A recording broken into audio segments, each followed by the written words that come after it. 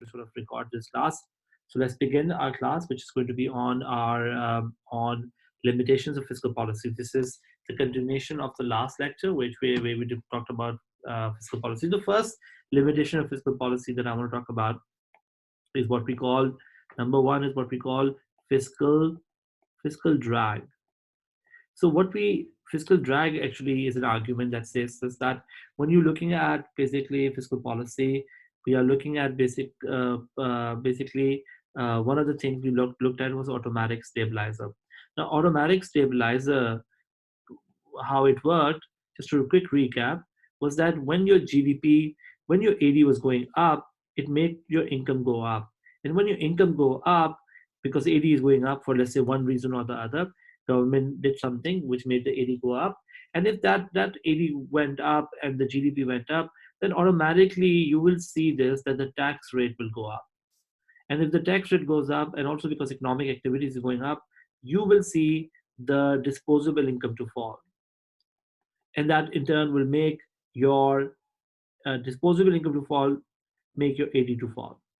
And what we also said is that when your incomes are going up, automatically unemployment will go down. And if unemployment goes down, then unemployment benefits, UB means unemployment benefits, will go down. And unemployment benefit goes down, government spending will go down, and automatically that will make the AD go down. So what we said is that a rise in AD, let's say because of government's effort, can actually be reduced in magnitude because of our automatic stabilizers. So automatic stabilizers are kind of like bringing the the magnitude of AD to decline, if your automatic stabilizer is working alongside. So what we say is this, that automatic stabilizers basically have this advantage that they can act instantly as soon as AD fluctuates. But they also reduce our fluctuation of AD, because if the AD was going up, suddenly incomes are going up, and because the tax rate go up, we see AD to fall. Similarly, because incomes are going up, unemployment benefits will cut down and automatically AD will fall, which means that they are trying to. So let me give you an example. Let's say if you are in a situation, and I want to show this right next to it. Let's say if you are in a situation like this one, this is YF, okay, and this is your long run aggregate supply curve, and this is AD and AS, and you are in a situation like Y1, and let's say this is YF, okay. And now let's say you want the AD to go up. The government decided to do that through what we call expansionary policy, and but because as soon as AD went up, your GDP went up, and ultimately AD went down, because of unemployment benefits going down, and because of your tax rate going up. Both these factors, if they start to contribute, you are going to drag AD further. You first made it go up, but now you're going to make it go down, because now what is happening is this, that your your your uh, your efforts of increasing AD went down, or there was what we call a fiscal drag. So what we say, automatic stabilizer end up reducing the magnitude of any government effort and actually brings the AD backward if the automatic stabilizers are in place. One of the arguments people should say, okay, why do you have automatic stabilizers? To sort of remove them. Yes, but the problem is that taxes being progressive and unemployment benefits being there are a necessity, right? So automatic stabilizers have to be put in place. Then one would argue this, then why does government need to increase AD themselves? Unless the government has a pressure to increase AD, and if they do so, that magnitude of AD will not be so high, because the automatic stabilizers will reduce the fluctuation of AD. So what we say basically is this, that uh, business cycles should be dampened by these built-in stabilizers. And in times of recession, if the economy begins to recover, automatic stabilizer will reduce the size of the multiplier and reduce the magnitude of the recovery as they act as a drag on any discretionary policy. So if you have any discretionary policy, which means government is trying to make the AD go up, it will drag it backward because of the fact that they are trying to make the unemployment benefit to be cut down and tax rate to become more aggressive. So Amna is asking, why would G fall if Y is rising? G, Amna, the reason why G is falling because Y is rising is because when the Y goes up, incomes are rising, unemployment is going down. When unemployment goes down, unemployment benefit goes down. Unemployment benefit goes down, that is making basically the government expenditure to go down. Okay, so एक तरफ आपने AD बढ़ाया with the hope that your intentions were to make AD go up so that you are filling this output gap, but there is a fiscal drag that takes place because of what we call automatic stabilizers. So one of the biggest disadvantage we want to point out of automatic stabilizers is that they are trying to they serve as a drag on discretionary policy, and because of this drag on the discretionary policy, they end up causing an economy they end up causing basically government to probably spend more than required. We say this: the more powerful the automatic stabilizers are, the bigger the change in GOT that would be necessary to achieve a change in national income. For example, if you know there will be AD will fall backwards, if you know AD will fall backward, you may need to ultimately end up spending like this much money, make the AD spend so high, like 83, so that ultimately when the fiscal drag takes place, it will go back to your desirable level. So if the automatic stabilizers are in place, they can make the discretionary policy to become less powerful. And when they become less powerful, automatically the government has to make AD to rise by much more. So that's a big downside of our fiscal policy, especially the automatic stabilizer tool, which when in place can cause this kind of a problem to happen. Okay, so one of the biggest problems that we have is with the fiscal policy is the problem of fiscal drag, which comes about because of automatic stabilizers, which try to reduce the magnitude of this. Okay, so that's the first argument that we will raise against fiscal policy. The second argument that I want to raise against fiscal policy is time lags. You know, when you look at time lags, it is more serious when it comes to fiscal policy. Why? Because when you look at fiscal policy is decided by the politicians, or you have your government through its legislation try to pass a bill. When the bill is passed, right, then this goes into basically become a policy, and when that policy is basically passed on to your consumers, passed on to people, then basically let's say G will change or T will change, which then will change AD, and then that will change your Y. So the problem that happens is this passing of the bill basically could take much longer. A good example of this is that Obama's sort of Obamacare bill took much longer to pass, and basically if it takes too long to pass, then by the time it's passed and then G changes and T changes, then only your AD changes. And so therefore we wrote this here that if the government plans to increase spending, this can take a long time to filter into the economy, and it may take too late to have the desired effect. So it may take too longer. Any changes in G have political process, like your government has to pass the bill and so on, and therefore has an implication to it. Alteration in government spending and direct taxes may take much longer, like negotiation of the bill, passing of the bill, implementation of the policy to basically work their through to the economy. Such lags will basically suggest that economy's condition might have changed already, and this policy might have an undesirable effect. If you take like many months before the bill gets passed, this means that it may become completely ineffective. So the political process that goes into fiscal policy in terms of passing the bill, in terms of negotiating, in terms of making a party to agree to it, in terms of opposition to agree to it, and so on and so forth, may mean there will be serious time lags that will take place. Got it? Does that make sense, guys? That's the second downside. The third downside is sometimes what we say is this government may not have good information, they may have poor information. For example, if the government believes that the multiplier is 5. Okay, so if they do change the g of 100, and if the multiplier is 5, then they will have a desired effect of 500 in terms of GDP. So change in y will be equal to 500, right? Now if I tell you guys this, that what if the multiplier was not 5 but the multiplier was like 7? If the multiplier in reality, because of lack of information, but if the multiplier was like 7, then what will happen to my change of g of 100? The answer will be change in y will be 700, which means you were trying to solve the problem of, let me just draw this through a diagram. You were trying to make your GDP go up. If this is your LRAS, okay, if this is your LRAS, if this is our LRAS, right?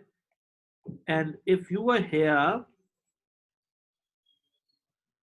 right, and you want the 80 to go up from y0 to yf, you want the 80 to go up like to this point. But what if your knowledge of multiplier was wrong?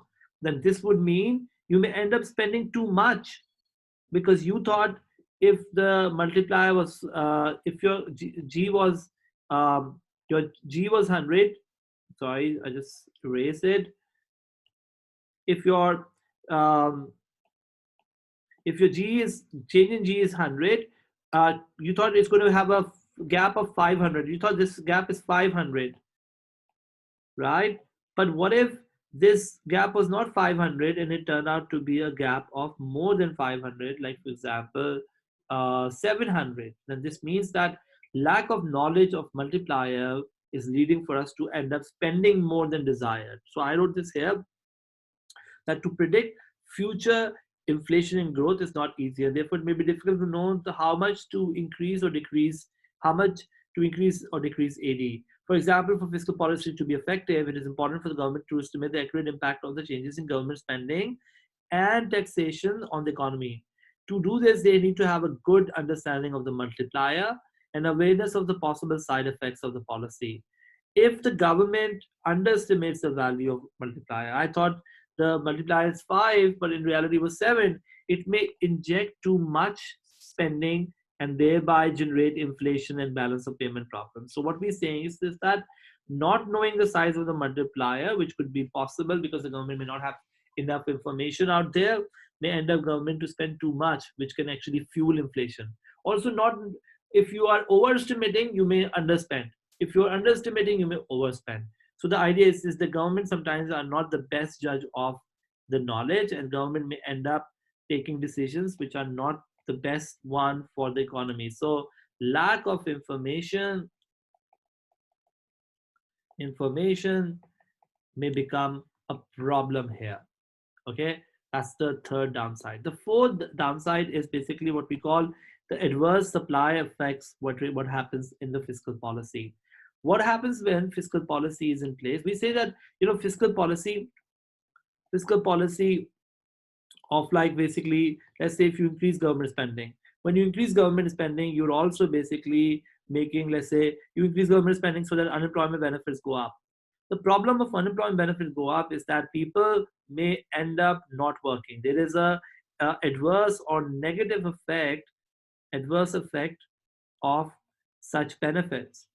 And one of the worst problems that come about because of these unemployment benefit, we saw this in the AS course of poverty trap. Like, too much of unemployment benefits may end up people switching, not working, and that would mean that my aggregate supply may fall.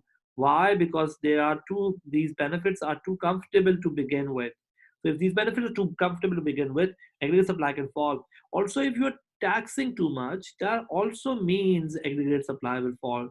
So the higher the tax rates, the more likely taxes create a disincentive to work and to invest. So people may not want to work because you're putting too many taxes, so the aggregate supply may fall. Also, too much of unemployment benefits will also mean aggregate supply will fall. So the fiscal policy, we believe, has a negative effect on our supply side, and that's why They are not too desirable when it comes to basically looking at aggregate supply of an economy, because a, too much of benefits may have a disincentive effect, and b, too much of taxes can also result in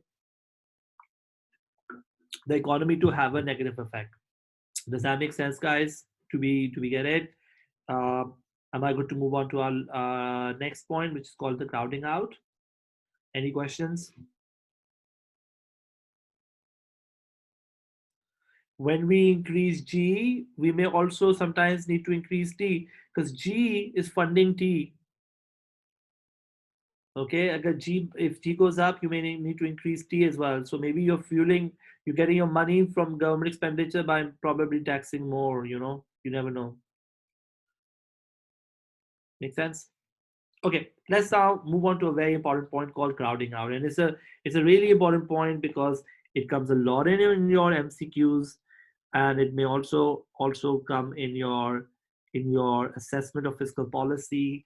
Uh, it's number 5 points. So crowding out can be two forms. Crowding out can be a financial crowding out,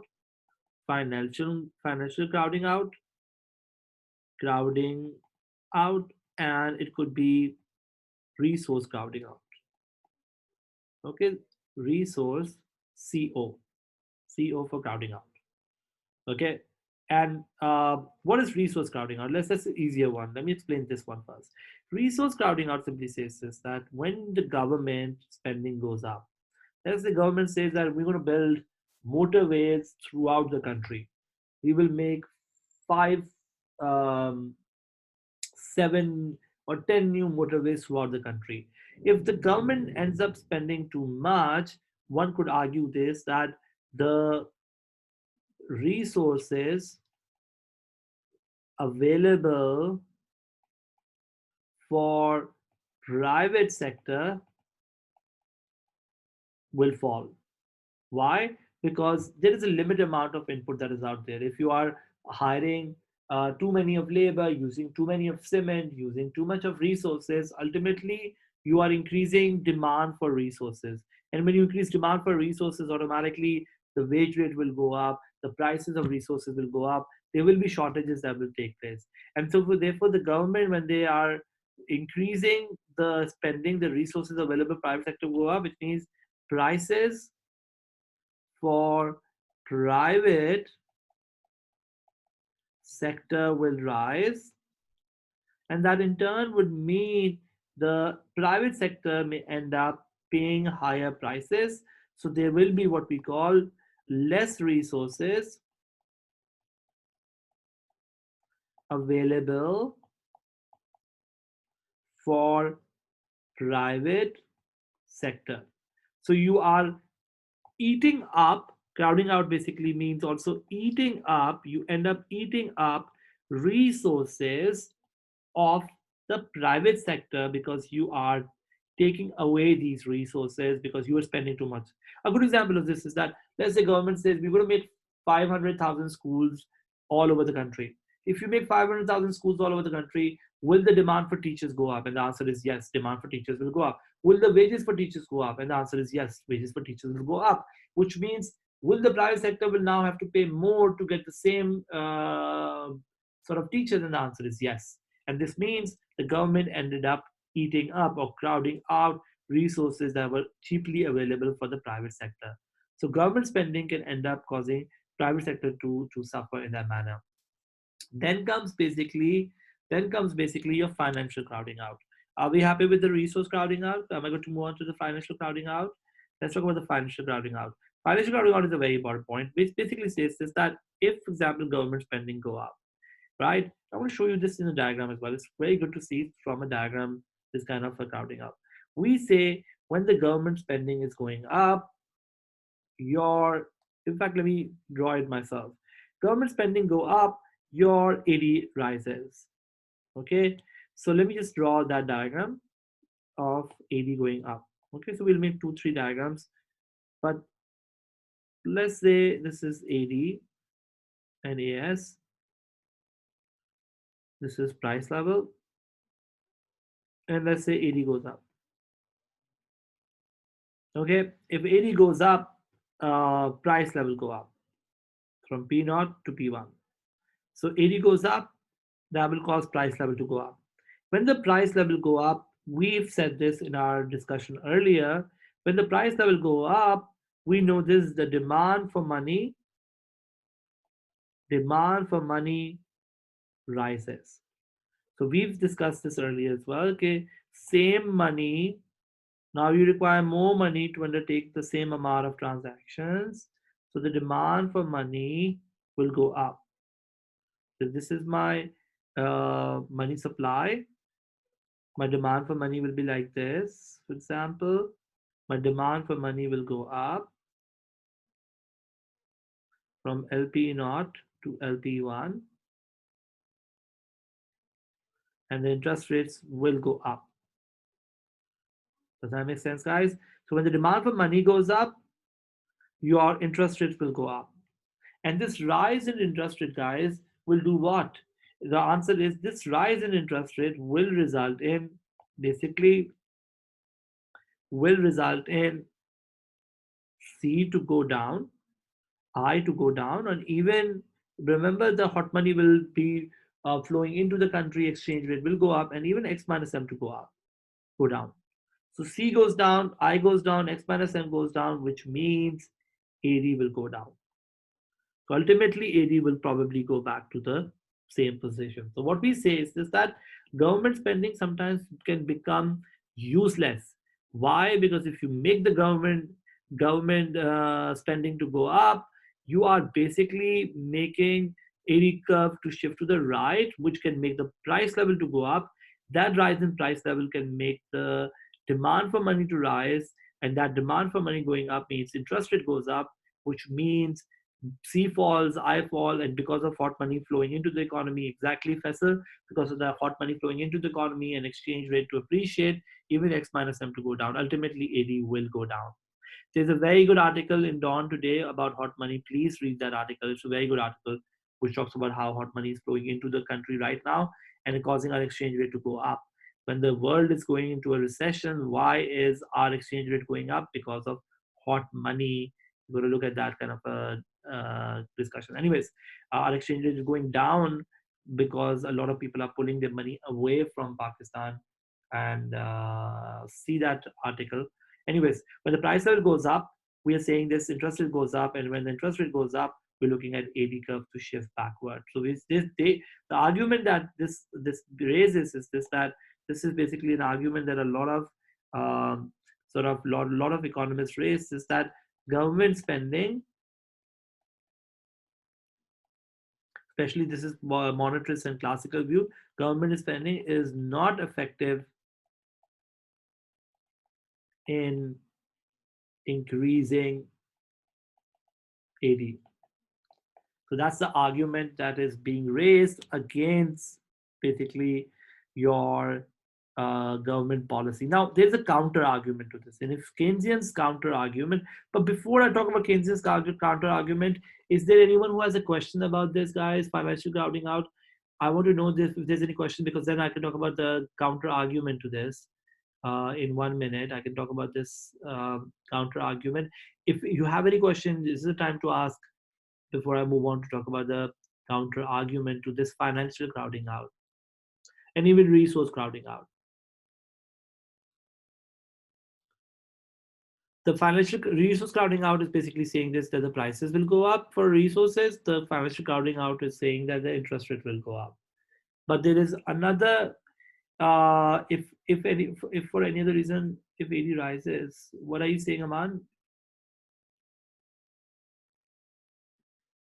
I agree with you. I agree with you, man. Anytime AD goes up, price level goes up, price level goes up. Basically, the price level goes up is a thing where you will see this to happen. Now, Keynesians have a very good argument against it, and Keynesians say this, that you know what, we believe fiscal policy is very useful, and they say this is why. They say first of all, your LRAS is like this. Okay, this is how your LRAS is like. And let's say you are basically increasing government spending. If G goes up, they say AD goes up. Okay, so this is my price level, and this is my real GDP. And they say that if government spending goes up, AD goes up. So AD goes up from 80 naught to 81. Because the economy is not at YF, there will never be a rise in price level. The fact that you're doing expansionary fiscal policy is basically because you are suffering from unemployment. If you are suffering from unemployment, then there will never be a rise in price level. This argument that price level badega, the price level will go up, is only valid if there is an upward sloping aggregate supply curve if you are nearing full employment. If you are not nearing full employment, so the price level will never rise. So government building schools or government building motorways or government basically making whatever you government is trying to do in this time of recession, because you are suffering from, they say, mass unemployment, you don't need to worry about it. A rise in AD will not make the price level to rise. And if that is the case, then you will not be having any problem whatsoever when it comes to inflation to happen. And if inflation is not happening, the demand for money will not rise. And therefore, we are in a situation where one would argue this that fiscal policy will remain effective. And they say that if you are already nearing full employment, then of course don't do any of this. If you believe that this is happening, don't worry, then don't do this. By the way, there's also another argument that there is. They say, let's say demand for money goes up, right? अगर आपको पता है, if you know the demand for money goes up, you can increase money supply as well at the same time. If I increase money supply at the same time, they can say that you are countering. You know that AD goes up, the price level goes up. Let me zoom this. AD goes up, price level goes up, which makes the demand for money go up. At that point, just increase money supply. So you can never let the interest rate go up. So this is also another thing that they can say, that they can say that like financial crowding out. As soon as you believe interest rate will go up, you make the interest rate to go down by simply increasing money supply. Also, secondly, there will never be increase in interest rate to start off with, because the price level will not change, because the economy is basically in unemployment zone. So these are the basic arguments for fiscal policy and against fiscal policy in that manner. Okay, guys, um, I am done. Thank you very much. I'm going to pause the recording.